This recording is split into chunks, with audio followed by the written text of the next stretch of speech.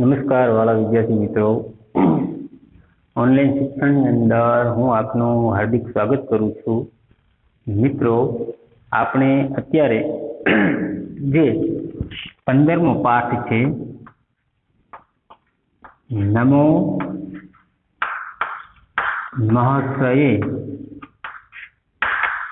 નિત્યમ, કે જે બે પાઠ સુધી આપણે એનો અભ્યાસ કરેલો હતો મિત્રો. તો હવે ત્રીજા પાઠ તરફ આપણે આગળ વધીએ, પરંતુ તે પહેલા તમે તમારી હાજરી પુરાવી લેજો. ત્યારબાદ આપણે જે 15મો પાઠ છે, પાઠ 3 કે જે બાકી છે ત્યાંથી આપણે એની શુભ શરૂઆત કરશું, પણ પહેલા હાજરી પુરાવી લેજો.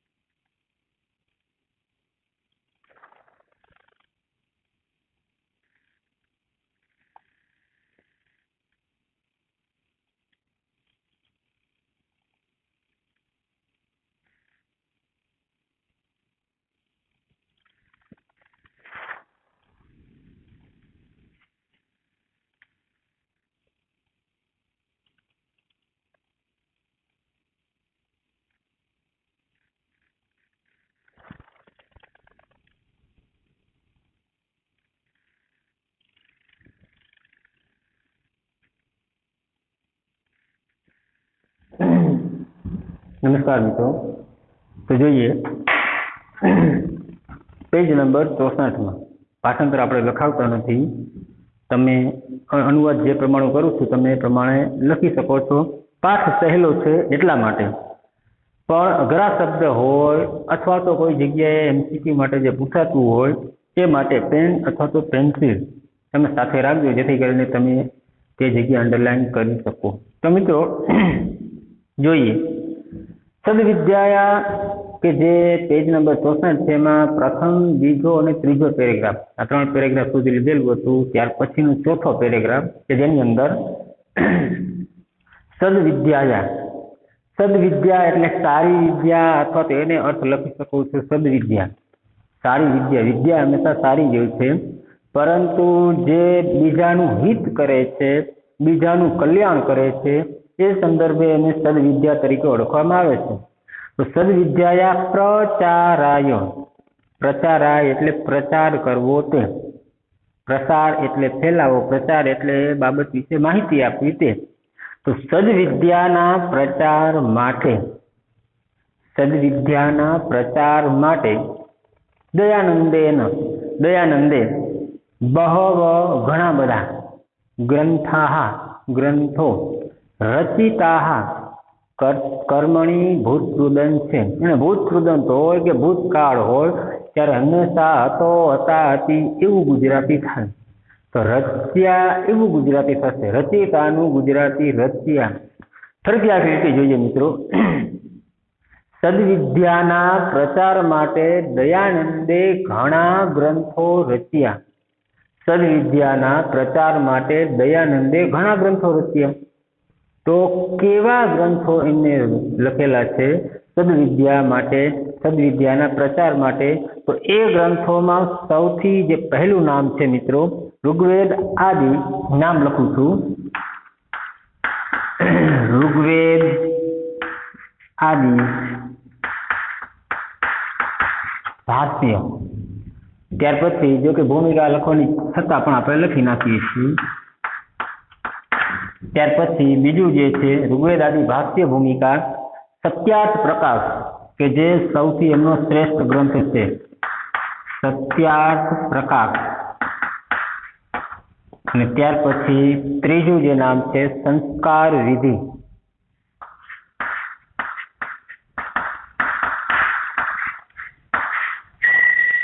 આ જે નામ છે મિત્રો, આ 3 એમને પુસ્તકો લખેલા છે.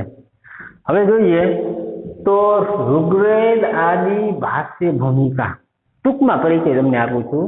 તો ઋગ્વેદ એટલે મિત્રો વેદ 4 છે. એના સંદર્ભમાં પ્રથમ જો વેદ ગણીએ તો ઋગ્વેદ છે.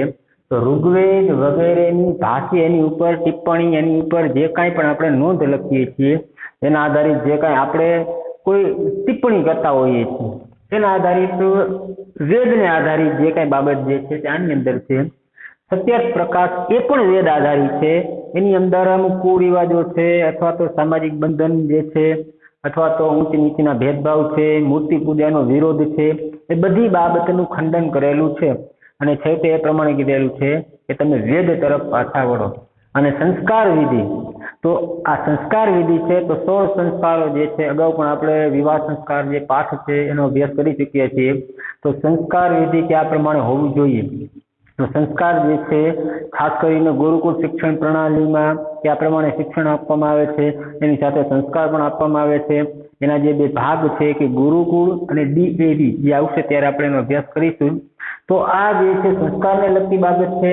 આ કુરિવાજને ઋગ્વેદ આધારિત એટલે વેદને આધારિત જે કાંઈ બાબત છે એવા 3 પુસ્તકો સ્વામી દયાનંદ સરસ્વતીએ લખેલા છે, કે જે ગુજરાતની ધરતી પર, કે જે આપણા પાડોશી ગામ કે ટંકારાની અંદર જે જન્મેલા છે એવા, કે જે સંસ્કૃત સાહિત્ય હોય, અથવા તો જે કહેવાય કે મહર્ષિમાં અગ્ર ક્રમાંક પર 19મી સદીમાં હોય તો મહર્ષિ દયાનંદ સરસ્વતી છે.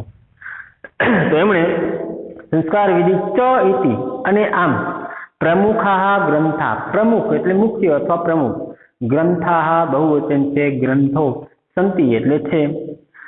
તો ફરીથી જોઈએ જે છે એને ઘણા બધા ગ્રંથો રચેલા છે. એમાંથી તેમાં ઋગ્વેદ આદિ ભાષ્ય ભૂમિકા, સત્યાર્થ પ્રકાશ, સંસ્કાર વિધિ અને સંસ્કાર વિધિ એવા પ્રમુખ ગ્રંથો છે.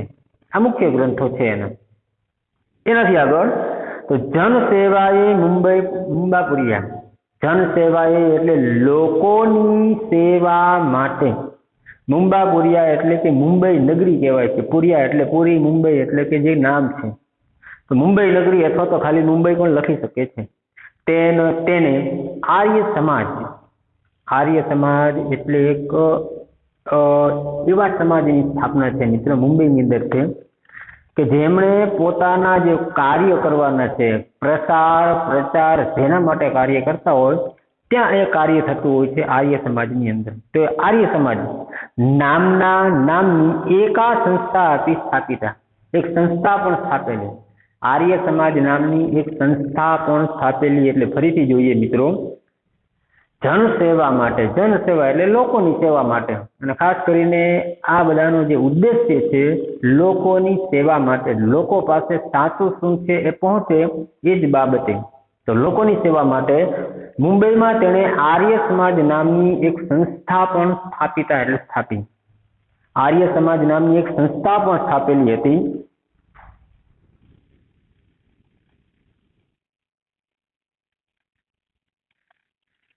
તો એનાથી આગળ જઈએ, અસ્યામ સંસ્થાયામ, આ સંસ્થામાં એટલે કે આર્ય સમાજ, હું લખું છું અહીં, જો કે અમુક જે શબ્દ જે છે આર્ય સમાજ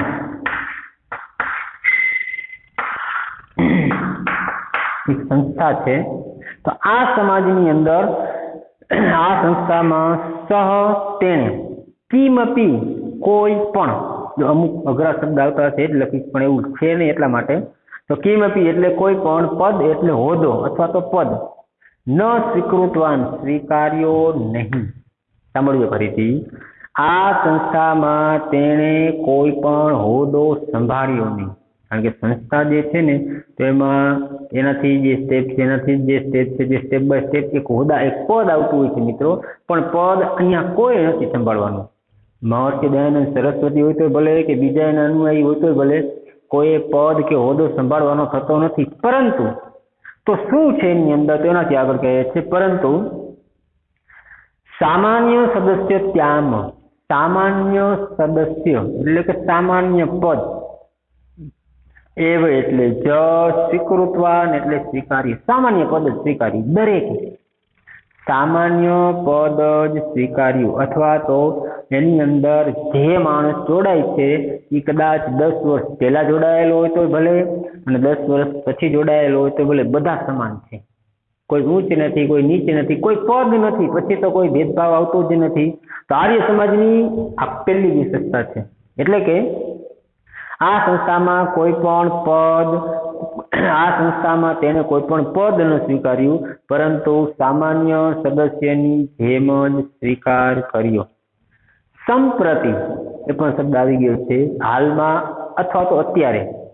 ઇયમ સંસ્થા, આ સંસ્થા હાલમાં એટલે આજની તારીખની અંદર મિત્રો જોઈએ તો આ સંસ્થા આર્યજનૈ, આર્ય લોકોથી, આર્યજનાનામ, આર્ય એટલે આમ તો આર્યના બે અર્થ થશે. આર્ય એટલે સસુર, આર્ય એટલે એક જાતિ પણ છે, અને આર્ય એટલે શ્રેષ્ઠ, એ ત્રીજો અર્થ છે.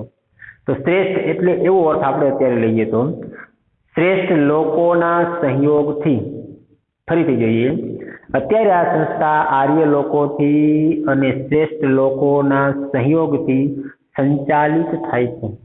એટલે જે આ આર્ય સમાજ સાથે જોડાયેલા હોય એવા લોકોથી, એવાના સહયોગથી આ સંસ્થા જે છે એ સંચાલિત છે.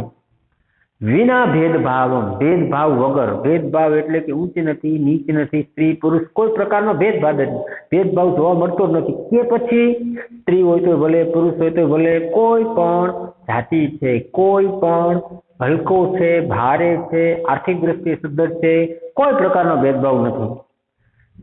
અને સમાજ સેવાયા, અને સમાજ સેવાના અનેક પ્રકલ્પાન, પ્રકલ્પ એટલે યોજના, એ શબ્દ નવો છે. પ્રકલ્પ યોજના, અનેક પ્રકલ્પાન, અનેક યોજનાનું સંચાલન એટલે સંચાલન થાય છે. તે વર્તમાન કાળ છે એટલે ચાલુ કાળ તરીકે છે. વર્તમાન કાળના સંદર્ભમાં ગુજરાતી થશે. તો જોઈએ આખી લીટી. તો અત્યારે આ સંસ્થા આર્ય લોકોથી શ્રેષ્ઠ લોકોના સહયોગથી સંચાલન થાય છે, અને ભેદભાવ વગર, અને સમાજ સેવાની અનેક યોજનાનું સંચાલન થાય છે. સમાજ સેવાની અનેક યોજનાનું સંચાલન થાય છે.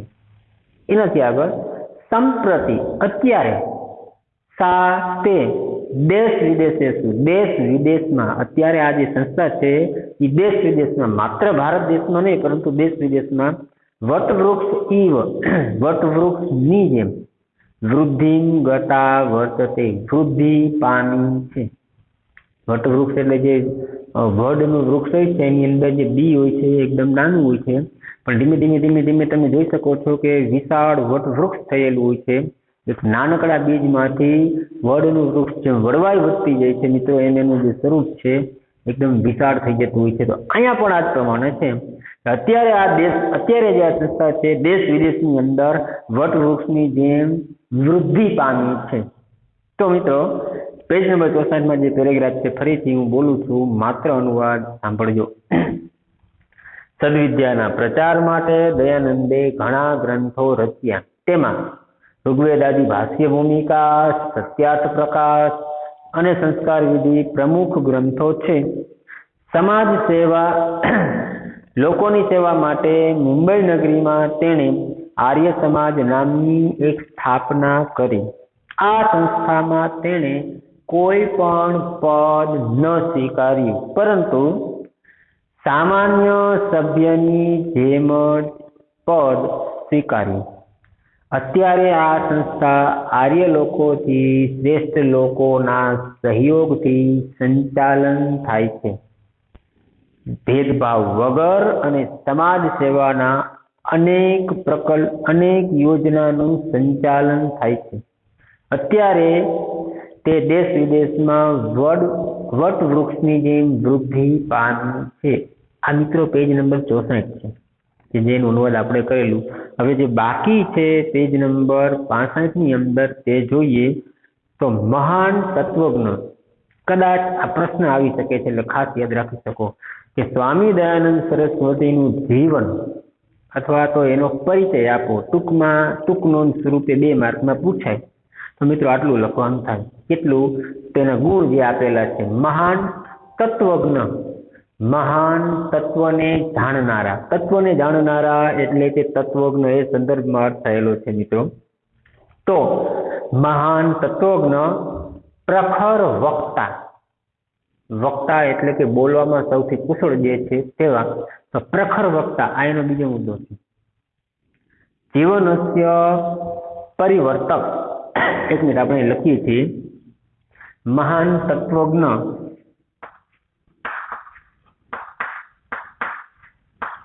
જેથી કરીને એ આપણને ખબર પડે છે। ત્યાર પછી પ્રખર વક્તા,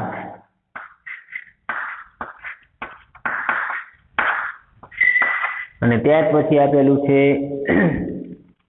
જનજીવનસ્ય પરિવર્તક, જનજીવનને પરિવર્તિત કરનાર।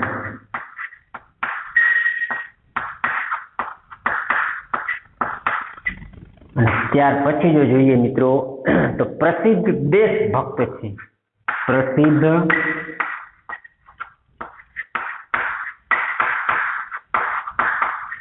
અને ત્યાર પછી આપેલું છે અર્વાચીન મહર્ષિ।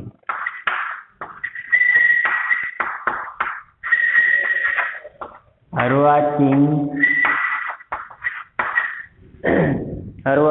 મહર્ષિ આ એના માટેના મુદ્દાઓ છે। એના માટે આ જે બાબત છે પરીક્ષાની અંદર 2 માર્કમાં આટલું લખવાનું થાય, પણ કયા પ્રમાણે આપણે જોશું વિશેષ અંદર મહાન તત્વજ્ઞ પ્રખર વક્તા લોકોના જીવનને અથવા જનજીવનને પરિવર્તિત કરનાર પ્રસિદ્ધ દેશભક્ત અર્વાચીન મહર્ષિ સ્વામી દયાનંદ સ્વજીવનમ પોતાનું જીવન રાષ્ટ્રસ્ય સમુદ્ધારાય સમર્પય, રાષ્ટ્રના ઉદ્ધાર માટે સમર્પયત એટલે સમર્પિત કર્યું,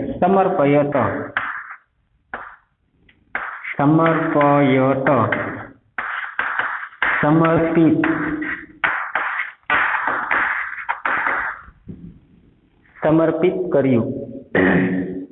ફરીથી સ્વામી દયાનંદ પોતાના રાષ્ટ્રના ઉદ્ધાર માટે પોતાનું જીવન છે સમર્પિત કર્યું।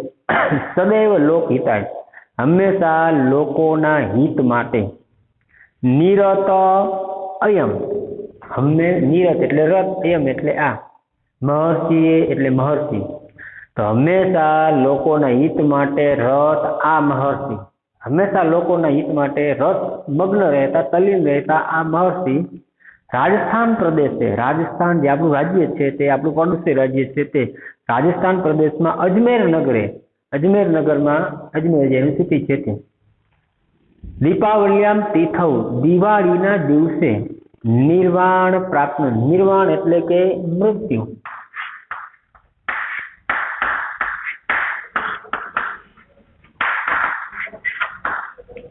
નિર્વાણ એટલે મૃત્યુ, તો નિર્વાણ કોઈ મહાન વ્યક્તિ હોય નિર્વાણ એટલે મૃત્યુ ન લખાય, પરંતુ પંચતત્વને પામ્યા છે એવો અર્થ આપણે લખીશું, અથવા તો નિર્વાણ પામ્યા છે, પણ અહીંયા આપણે ચોક્કસ અર્થ લખ્યું જેથી કરીને અર્થમાં આપણને ખબર પડે।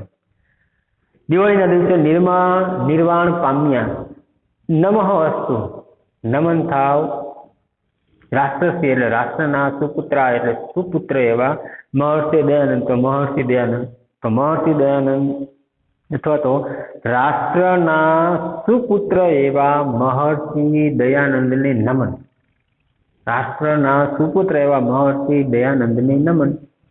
તો હવે મિત્રો જો જોઈએ કે આખો પેરેગ્રાફ છે તે તો મહાન તત્વજ્ઞ પ્રખર વક્તા લોકોના જીવનને પરિવર્તિત કરનાર પ્રસિદ્ધ દેશભક્ત અર્વાચીન મહર્ષિ સ્વામી દયાનંદ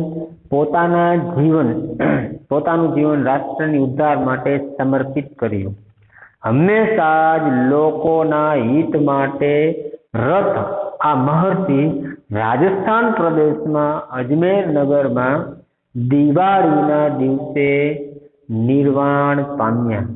રાષ્ટ્રના સુપુત્ર એવા મહર્ષિ દયાનંદને નમસ્કાર અથવા તો નમન। હવે એના માટેનો જે શ્લોક આપેલો છે મિત્રો, એ શ્લોકનું જો આપણે અનુવાદ જોઈએ તો નમો મહર્ષિ નિત્યમ દયાનંદાય ધીમતે, તો નમો મહર્ષિ એટલે કે મહર્ષિને નમન, નિત્યમ હંમેશા, દયાનંદાય એટલે દયાનંદને, ધીમતે એટલે બુદ્ધિશાળી, ધીમતે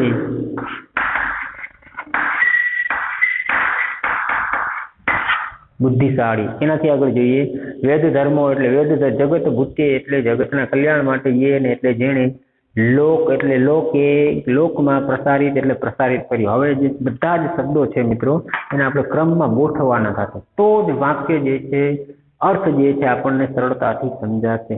જેમ કે જોઈએ મિત્રો એની અંદર તો એમાં આપેલું છે કે જે બીજી લીટીમાં જે યેન શબ્દ આપેલો છે જેણે, ત્યાંથી આપણે શરૂઆત કરીએ. જેણે પછી એનાથી જગત ભૂત્ય એટલે લોકોના કલ્યાણ માટે, એનાથી આગળ આપેલું છે વેદ ધર્મ. તો જેણે જગતના કલ્યાણ માટે વેદ ધર્મને લોકે પ્રસારિત, પેલા બીજી લીટી લેવાની છે પણ બીજી લીટીમાં ત્રીજો શબ્દ છે, પછી બીજો શબ્દ છે, પછી પેલો શબ્દ છે, પછી ચોથો, પછી પાંચમો, પણ લેવાની પહેલા બીજી વિભક્તિ. તો જેણે જગતના કલ્યાણ માટે વેદ ધર્મને આ લોકમાં પ્રકાશિત કર્યો. ફરીથી, જેણે જગતના કલ્યાણ માટે વેદ ધર્મને આ લોકમાં પ્રસારિત કર્યો તેવા. હવે પ્રથમ લીટીમાં તેવા એટલે કેવા છે તો બુદ્ધિશાળી, ધી માટે બુદ્ધિશાળી મહર્ષયે દયાનંદ, મહર્ષિ દયાનંદને. પછી નમો નિત્યમ, હંમેશા નમન અથવા નમન હંમેશા, હંમેશા છેલ્લે નહીં પણ નમન છેલ્લે રાખીએ તો હંમેશા નમન. બોર્ડ ઉપર લખું છું. જેણે જગતના કલ્યાણ માટે વેદ ધર્મને આલોકમાં પ્રસારિત કર્યો એવા બુદ્ધિશાળી મહર્ષિ દયાનંદને હંમેશા નમન. તો હું બોર્ડ ઉપર લખું છું જેણે, આ બાજુ લખું છું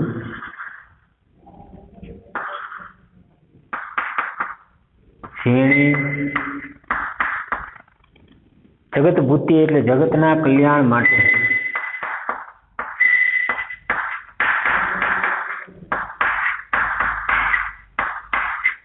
જેણે જગતના કલ્યાણ માટે વેદ ધર્મને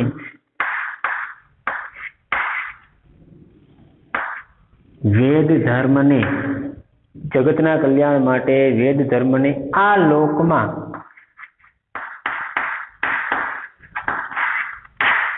પ્રસારિત કર્યો.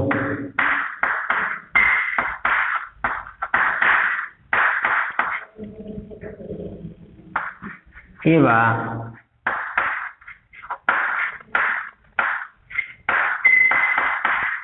બુદ્ધિશાળી મહર્ષિ દયાનંદને, મહર્ષિ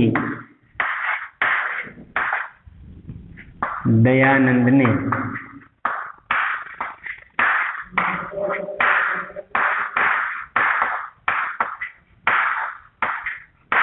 હંમેશા નમન. આ જે શ્લોક છે શ્લોકને બોર્ડ ઉપર લખેલો છે.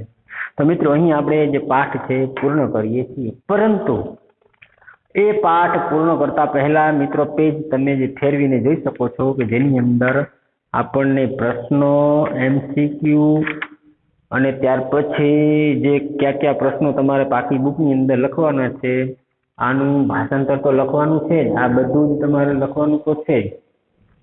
પણ હવે એ સંદર્ભમાં મિત્રો આગળ જઈએ તો પહેલા જે 4 MCQ છે એ આપણે જોઈએ. તો એની અંદરથી જે છે તે કે ભારત દેશે કાલે કાલે મહાપુરુષ જીવન કસ્મૈ સમર્પયંતિ. તો ભારત દેશમાં સમય મહાપુરુષોનું જીવન કોને સમર્પિત કર્યું હતું? તો દેશ સેવા માટે. કેના માટે? કસ્મૈ ચોથી વિભક્તિ છે તો દેશ સેવા માટે. બીજું છે મહર્ષિ દયાનંદસ્ય પૂર્વ નામ કિમ આસીત. મહર્ષિ દયાનંદનો પૂર્વ નામ કિમ આસીત, શું હતું? તો મૂળ શંકર. અંધશ્રદ્ધાયા અંધકારમ વિદારય એટલે કે સી વિકલ્પ છે. વિદારે એટલે દૂર કરી, પણ શબ્દાર્થમાં આપણે લખાવેલું છે. મહર્ષિ દયાનંદસ્ય નિર્વાણ કદા અભવત. મહર્ષિ દયાનંદનું નિર્વાણ એટલે કે મૃત્યુ ક્યારે થયું હતું? તો દીપાવલ્યામ, બે વિકલ્પ છે તે. એ જ પ્રમાણે પેજ નંબર 67માં જે 6 પ્રશ્નો આપેલા છે મિત્રો, તો 6 પ્રશ્નના સંદર્ભમાં તમે એ જોઈને જવાબ લખી શકો છો. પણ હું તમને જણાવું છું મહર્ષિ દયાનંદસ્ય જન્મ કુત્ર અભવત. મહર્ષિ દયાનંદનો જન્મ ક્યાં થયો હતો? તો તમે જવાબ સ્વરૂપે ક્યાં પ્રમાણે લખશો? ક્યાં થયો હતો? ટંકારા ગ્રામ અથવા રાજકોટ જનપદે ટંકારા ગ્રામ. महर्षि दयानंद पितु नाम किम आसीत्? पिताનું નામ હતું કરશનદાસ। महर्षि दयानंद पितु गृहं तीत्वा कुत्र अव्रजत? महर्षि दयानंदे पिताના ઘરને છોડીને ક્યાં અવ્રજત, ક્યાં ગયા? કે ચાણોદ નગરે નર્મદા તટમ, ચાણોદ નગર છે નર્મદા નદીના કાંઠે ગયા। महर्षि दयानंदे रचिता प्रमुख ग्रंथा के आसी? महर्षि दयानंदे जो प्रमुख ग्रंथो लखेला है તેમણે જ આપણે વાત કરી ઋગ્વેદાદી આદિભાષ્ય ભૂમિકા સત્યાર્થ પ્રકાશ અને સંસ્કાર વિદ્યા 3 નામ લખવાના છે। ત્યાર પછીનો પ્રશ્ન દયાનંદ મથુરાયા કસ્ય સકાશમ અગચ્છત? દયાનંદ મથુરામાં કોની પાસે ગયા? તો ગુરુહો વીરજાનંદસ્ય, ગુરુ વીરજાનંદની। અને આ કસ્ય, કયો, કેસામ, કિમ, કિમર્થમ આવા બધા શબ્દ દૂર કરીને હું જે જવાબ બોલું છું લખવાના થાય, બાકીનું બધું જે છે તેમને મૂકી દેવાનું છે, પ્રશ્ન જ કાઢવાનું થાય, આટલું યાદ રાખજો। છઠ્ઠો પ્રશ્ન છે દયાનંદે આર્ય સમાજ સ્થાપના પુત્ર કૃતા? દયાનંદે આર્ય સમાજની સ્થાપના ક્યાં કરી? તો મુંબપુરિયા અથવા મુંબઈપુરિયા એટલે કે મુંબઈ નગરીની અંદર સ્થાપના કરેલી છે। પેજ નંબર 68 ની અંદર માતૃભાષામાં 5 પ્રશ્નો આપેલા છે, તેમાં દયાનંદે પિતા અને ઘરનો ત્યાગ શા માટે કર્યો છે? 1-2 માર્કમાં પૂછાય, પણ આપણે એક જ શબ્દમાં જવાબમાં આવી જાય। શા માટે? કે એમણે અગાઉના વિડીયોની અંદર આપણે જોયેલું છે કે શાશ્વત સેવની પ્રાપ્તિ માટે। એનાથી આગળ દયાનંદે સંન્યાસની દીક્ષા કોની પાસેથી અને કયા સ્થળે લીધેલી હતી? તો ચાણોદ નગરમાં નર્મદા નદીના કાંઠે જે ચાણોદ નગર છે ગુરુ પૂર્ણાનંદ પાસેથી શિક્ષા મેળવેલી છે। અધ્યયનની સમાપ્તિ પછી ગુરુ વિજયાનંદે દયાનંદને શું કહ્યું કે ભાઈ તું બધી રીતે યોગ્ય છે, તું આ જગતના કલ્યાણ માટે તું વેદ ધર્મનો તું પ્રચાર કર, આટલી બાબત કીધી છે। આ બધી બાબત જે છે પાઠમાં આવી ગઈ છે, તમે જો બરોબર ધ્યાન આપેલું તમે તમારી રીતે જવાબ આપી શકો છો। મહર્ષિ દયાનંદે શાનો ઉપદેશ આપ્યો છે? કે વેદ તરફ પાછા વળો, આટલું જ લખવાનું થાય।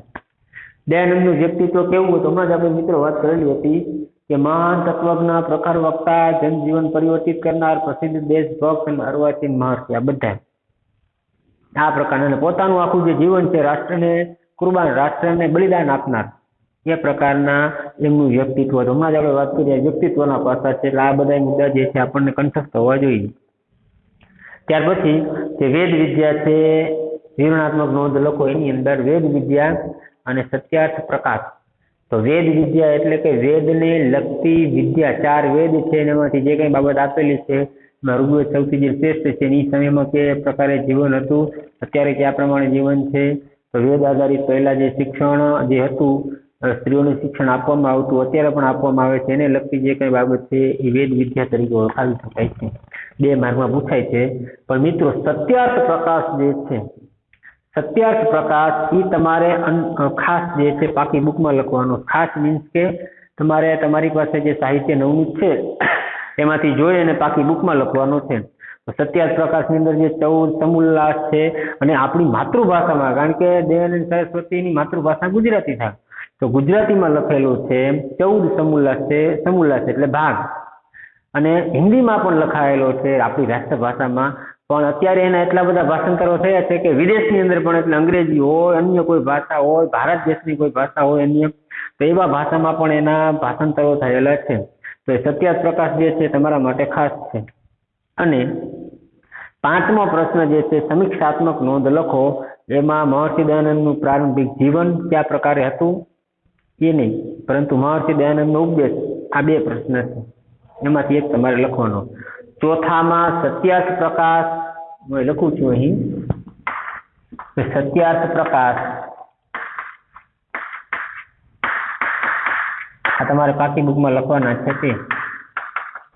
અને ત્યાર પછી મહર્ષિ દયાનંદનો ઉપદેશ,